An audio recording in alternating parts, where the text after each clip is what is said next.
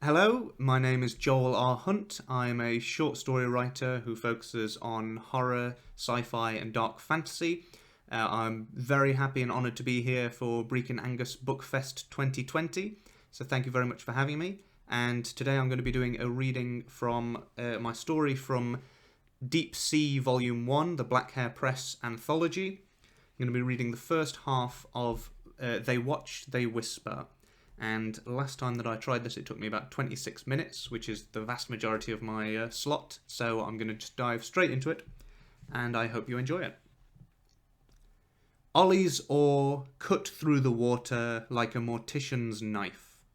He half expected the sea to bleed. His was one of 3 pirate dinghies rowing across the motionless water towards an equally static merchant vessel. The night was clear, lit all around by a full moon that made the ocean gleam like a mirror. Yet so far, it appeared that the dinghies had gone unnoticed. Ollie prayed it would remain that way. He had seen plenty of death in his 2 years at sea, but tonight was the first time he was expected to fight. The first time he was expected to kill. Captain Goldthumb, never one to shy away from danger, stood at the prow of the foremost dinghy, grappling hook in hand. His namesake glinted in the moonlight, a sharp jut of metal to replace the thumb he had lost years before. Whether that digit now rested in the belly of a kraken, a trophy case in the Tower of London, or the eye of his traitor father's skull, Ollie couldn't say. He'd heard each story sworn as honest fact, yet in 2 years of sailing with the captain, he'd never dared to ask the man himself. Almost a dozen others sat dotted between the vessels, each one a killer, but only one struck as much fear in Ollie as Captain Goldthumb. Sat beside him on the dinghy's port side, Bart the barber rowed in silence. Many in Goldthumb's crew killed for coin or for duty. Not Bart. Bart killed for pleasure. As if sensing his thoughts, the pirate glanced over. "Nervous?" he growled.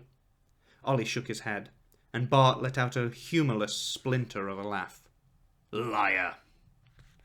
As the 3 dinghies came to rest beside the ship's starboard hull, Ollie slid his oar from the water, while Bart swapped his for a grappling hook.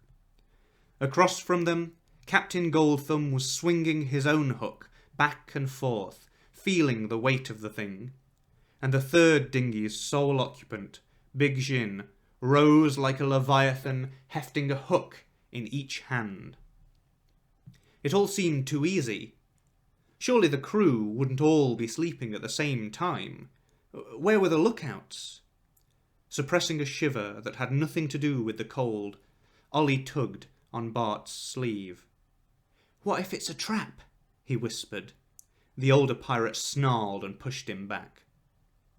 All eyes were on the captain now, waiting for his signal.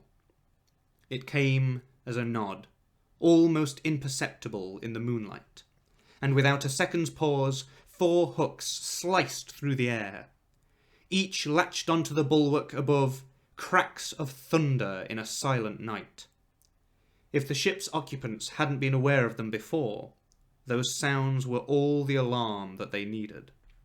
Captain Goldthumb was the first to begin the ascent, with Bart and the rest following his lead. They crawled up the hull like spiders, dirks already in hand as they spilled onto the deck and out of Ollie's sight. Ollie tensed, waiting for the screams. He imagined the crew resting in their hammocks, waking to the pain of a dirk in their guts.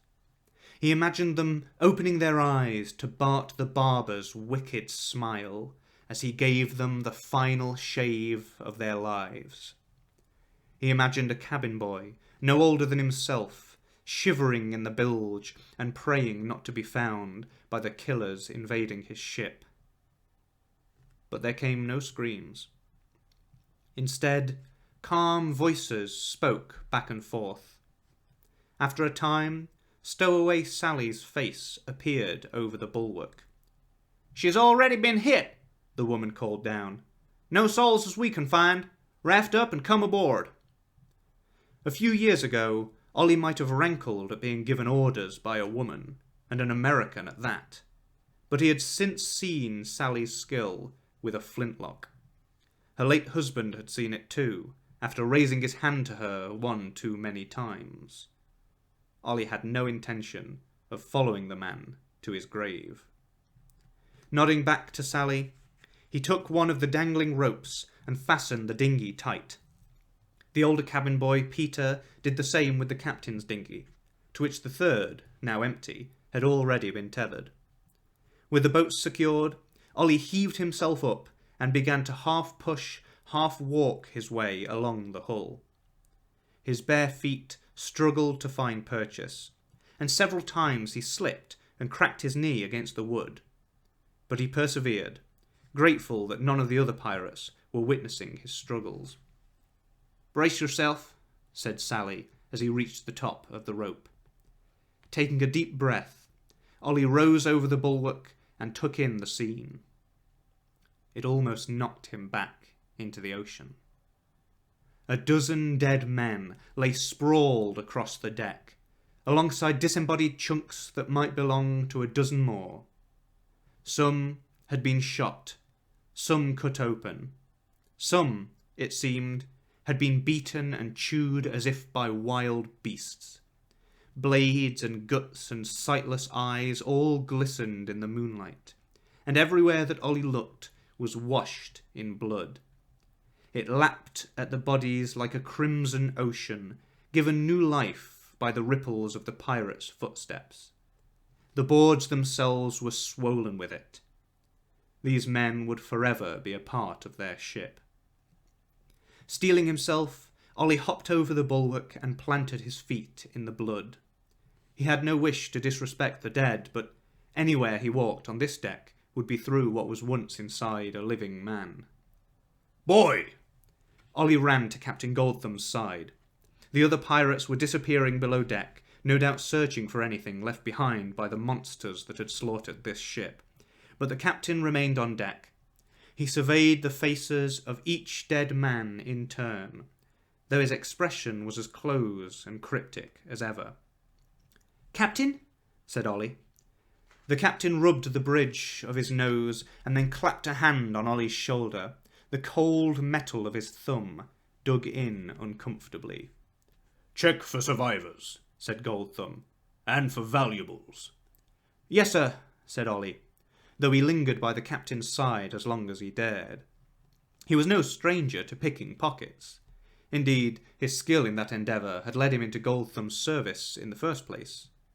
But weaving through the streets pilfering handkerchiefs felt a world away from stealing the last belongings of butchered men.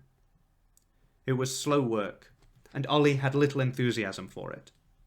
The eyes of each corpse lay wide open, so they seemed to be watching him as he pried open their cold fingers for rosaries and lockets, or dipped into their slack mouths to liberate golden teeth.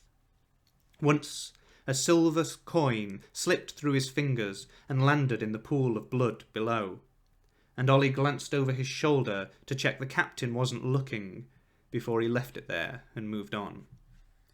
Yet, roaming from corpse to corpse, Ollie found himself increasingly unnerved by the state of the dead men.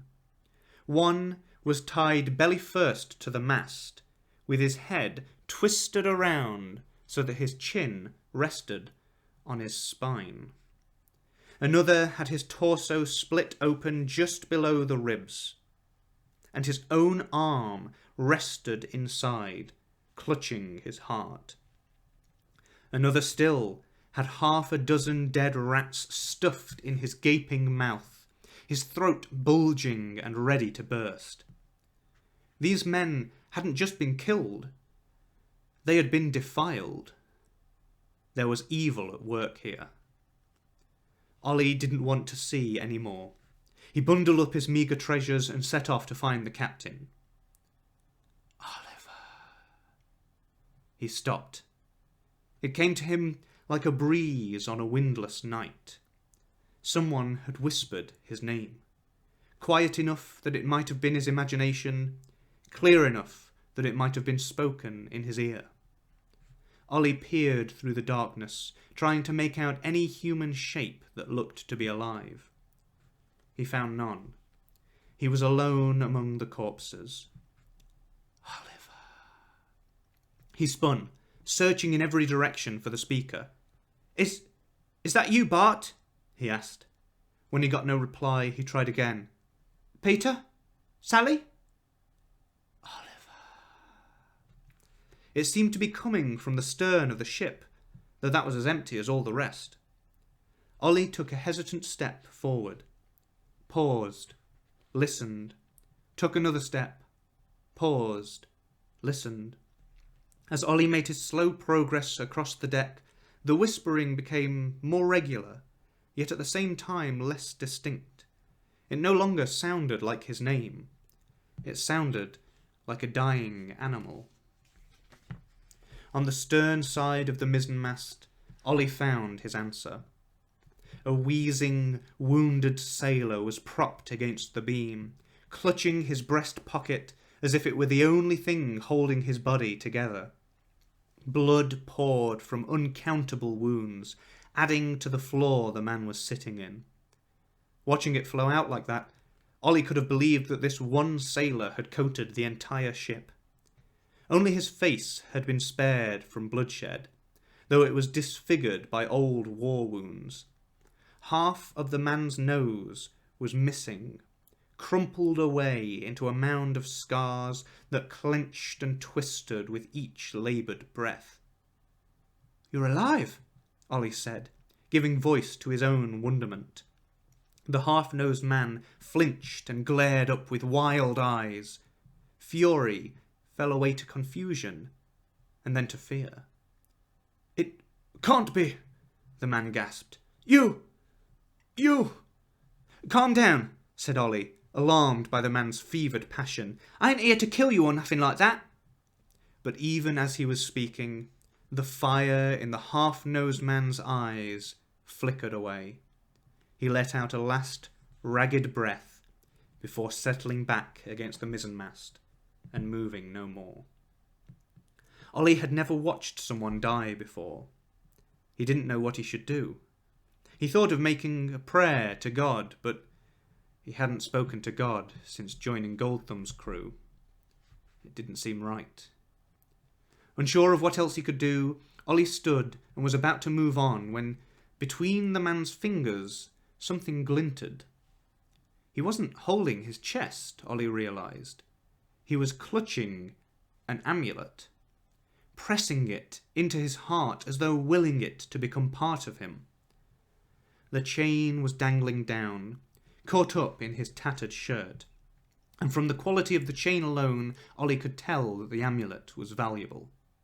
He crouched down and touched the man's hands. Still warm.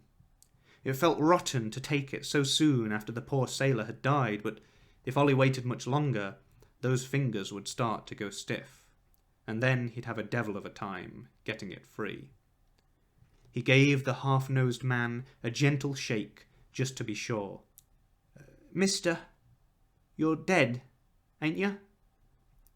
Ollie took the lack of reply as all the permission he needed. He pried away the fingers and slipped the amulet into his own hands. It was warm to the touch. Perhaps not surprising, given how tightly the half-nosed man had been clutching it, but it felt warmer even than his fingers. It was heavier than Ollie had expected from its size too, although perhaps that was normal for more expensive jewellery. It was a curious amulet, a disc of shining gold inlaid with a gemstone Ollie had never seen before. The thing was a deep blue-black shade, and it seemed to ripple and flow in the meagre light of the moon. In fact, no matter how still Ollie held the amulet, the colour of the gemstone never seemed to settle.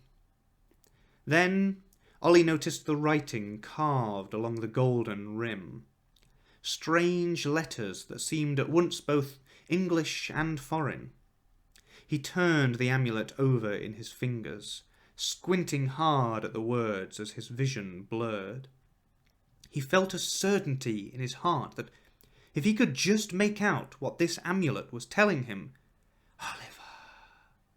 Ollie looked up and screamed, collapsing back into the blood. The half-nosed man was sat inches from his face, mouth open, eyes accusing. He must have slumped forwards while Ollie wrestled the amulet from him.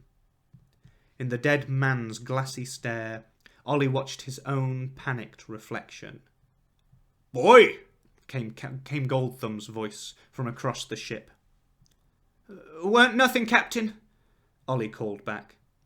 He picked himself up and stashed the amulet in his pocket, stuffing it deep beneath the bundle of other stolen items. The eyes of the half-nosed man didn't leave him, accusing in their stillness, but Ollie forced himself to step past the body and return to the others at the ship's centre. He walked as fast as he dared over the slick crimson boards, because whichever direction he looked, he saw the eyes of the dead. Each body he had stolen from, even those he could have sworn were lying face down as he rifled through their pockets, now appeared to be watching him as he passed. Ollie clamped his own eyes shut, yet still their wide white eyes watched him through the black. From an eternity away, further than the stars and deeper than the ocean, they whispered to him, "Oliver, Oliver, Oliver." "Ollie!" He jolted awake, just as he crashed into Captain Goldthumb, nearly knocking the man down. The captain clipped Ollie with a sharp backhand, the metal making his head ring. "Watch your step, you clumsy oaf!" Goldthumb snapped. Without a word, Ollie handed over his bundle, which the captain inspected with disinterest before pocketing. He didn't ask about the other item in Ollie's pocket, which suited the boy, who shrank back as Sally marched back onto the deck. "Captain," she said, "the hold's full of cargo, as if she only set sail yesterday. And the cannons, well, they ain't been fired. Stacks of powder in the magazine, none been touched. If it were pirates what done this, there weren't no fight, and they didn't take nothing as we can tell."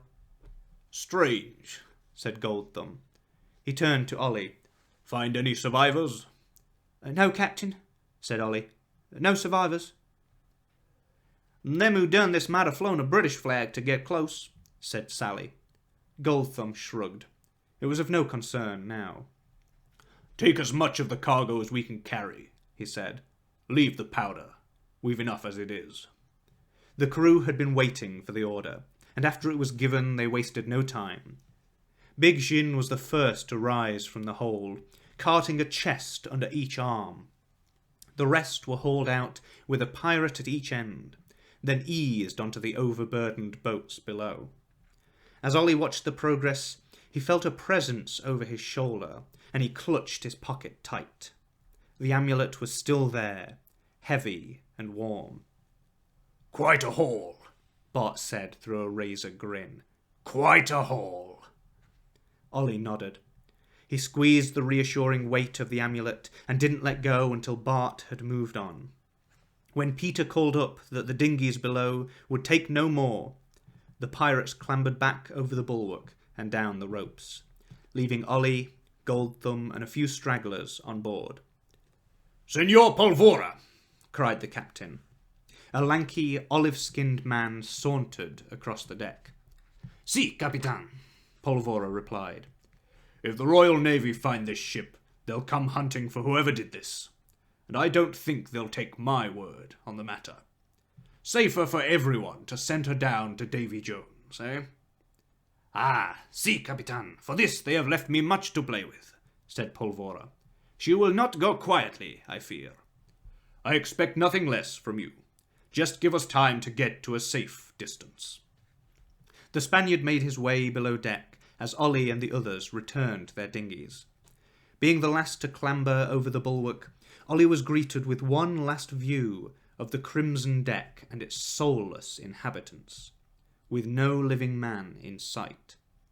Shards of ice pricked his spine as he spotted a dozen faces, mangled and torn, staring directly back at him. Oliver. Ollie scrunched his eyes closed and climbed down the rope as fast as he dared. Once he was inside the dinghy, Goldthumb gave the order to cast off, and the two cabin boys untied the ropes that bound them to the ship. Ollie's fingers were fumbling as he worked, and it took him longer than it should have done, but the crew were still revelling in their bounty, and no one chastised his sloppiness. He took his seat in silence, tracing the weight of the amulet inside his clothes. "Find anything good?" Bart asked as he plunged his oar into the water. Ollie forced himself to let go of his pocket and pick up his own oar. "Not really," he mumbled. The sea was just as motionless as when they had boarded, disrupted only by the stroke of the oars, but now a distant fog was closing in. Ollie could see it swirling and writhing, blown by a wind that didn't reach the ships. It reminded him of the gemstone in his amulet. He itched to see it again, but not while the others were around. After a minute of rowing, Polvora appeared at the ship's deck. He dived into the sea, looking for all the world like a bird of prey swooping down for the kill, and then emerged to swim towards the dinghies. Goldthumb ordered Bart and Ollie to hold position so that they could pick the Spaniard up while the other dinghies returned to the silent flight. "Good," said Bart. "We'll get to see the show." "Are we far enough?" asked Sally, and Bart shrugged. They didn't have to wait long. While Polvora was still crawling through the water towards them, a deafening crack tore through the air, ringing Ollie's skull worse than any cannon he'd ever heard. The port side of the ship erupted in flame, hurling splintered wood a mile out to sea and sending a shockwave through the water. Ollie gripped the side of the dinghy to keep himself from falling overboard.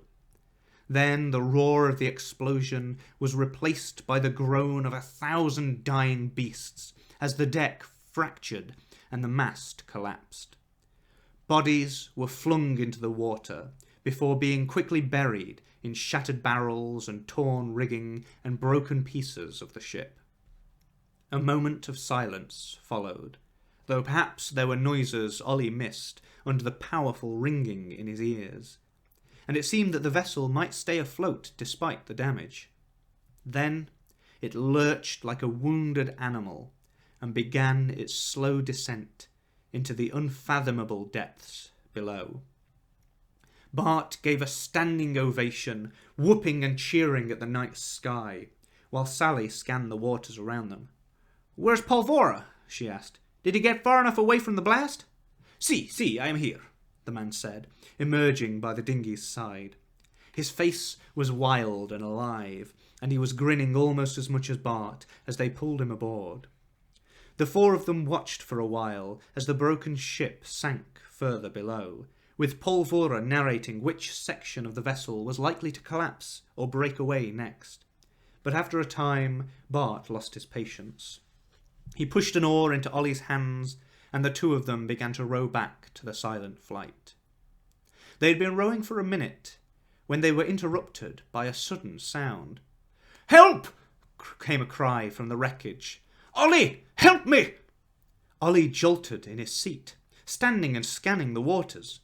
He heard the splashing before he saw it, two desperate hands flailing as they struggled to stay afloat.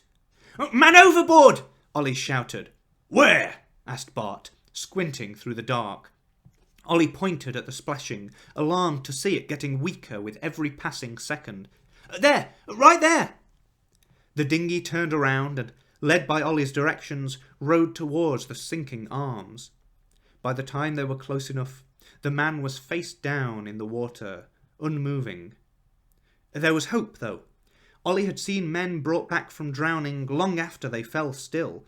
He practically jumped over the side of the dinghy to grasp one arm, and Polvora reached for the other. Together, they heaved the body aboard. Ollie recognised that half nose in an instant. He leapt back as if the man's skin was fire and clasped the amulet in his pocket with both hands. Not a second later, Sally gasped, and Bart swore under his breath. Polvora had dragged the rest of the body on board. What little of it was left. The explosion had torn the half-nosed man in two, splitting him from beneath one armpit down to his opposite hip. Ollie shook his head. "No," he said. "I saw him. I heard him." Before he could say any more, a hand grasped Ollie's collar and another slammed into his jaw. Ollie doubled over, clutching his throbbing face. Bart dragged him close so they were face to face, the older pirate's rank breath washing over Ollie. "Stupid blight!" Bart snarled. "Wasting our time for a corpse, you mangy rat!" He raised his hand to strike again. Ollie flinched, but the blow didn't come. Bart's anger had washed away, and now the man was staring with a growing hunger at Ollie's pocket.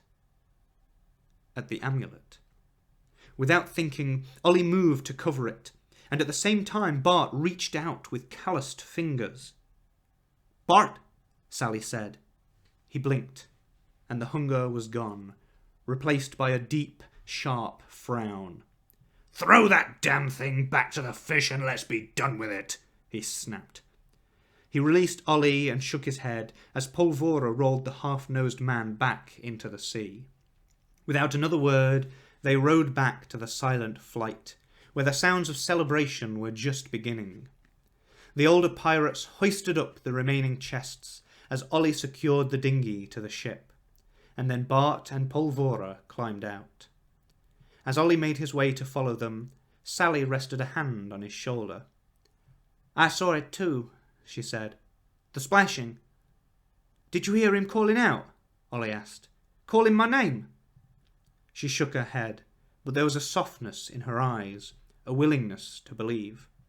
Perhaps the man had still been alive and died from his wounds after that last surge of effort.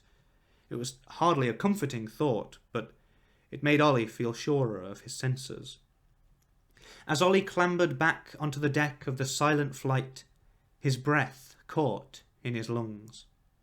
For the briefest moment, he saw the glassy eyes of a dozen dead men staring at him from across the deck.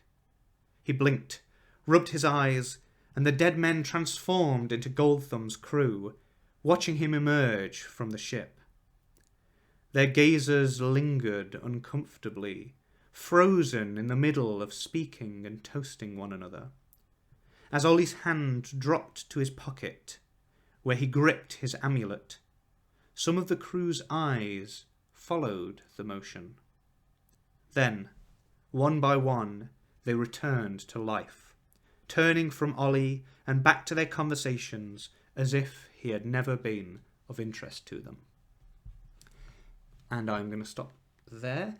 So that's the first half of my story, They Watch, They Whisper, from Black Hair Press's Deep Sea Volume 1. I hope you enjoyed that. If you did, you can find the book on Amazon. And if you would like to find more of my reading, I've got a few links to throw at you, and I'll put these up on the screen as well. I post daily stories on Twitter, and my handle is JoelRHunt1. I have an author page on Facebook, which is facebook.com/JoelRHunt. And I have my own personal website, joelrhuntauthor.wordpress.com. I'm going to be having a mailing list in the next few weeks. I've not got one yet, but I'll be starting one. So if you would like to follow my writing and follow my first solo books, which will be coming out early next year, you can check the website just every few weeks, and soon my mailing list will be going up there. So thank you very much for Brecon Angus Bookfest for having me. I've really enjoyed being here, and I hope that you've enjoyed listening. And I hope you enjoy the rest of the festival, and I hope to see some of you soon.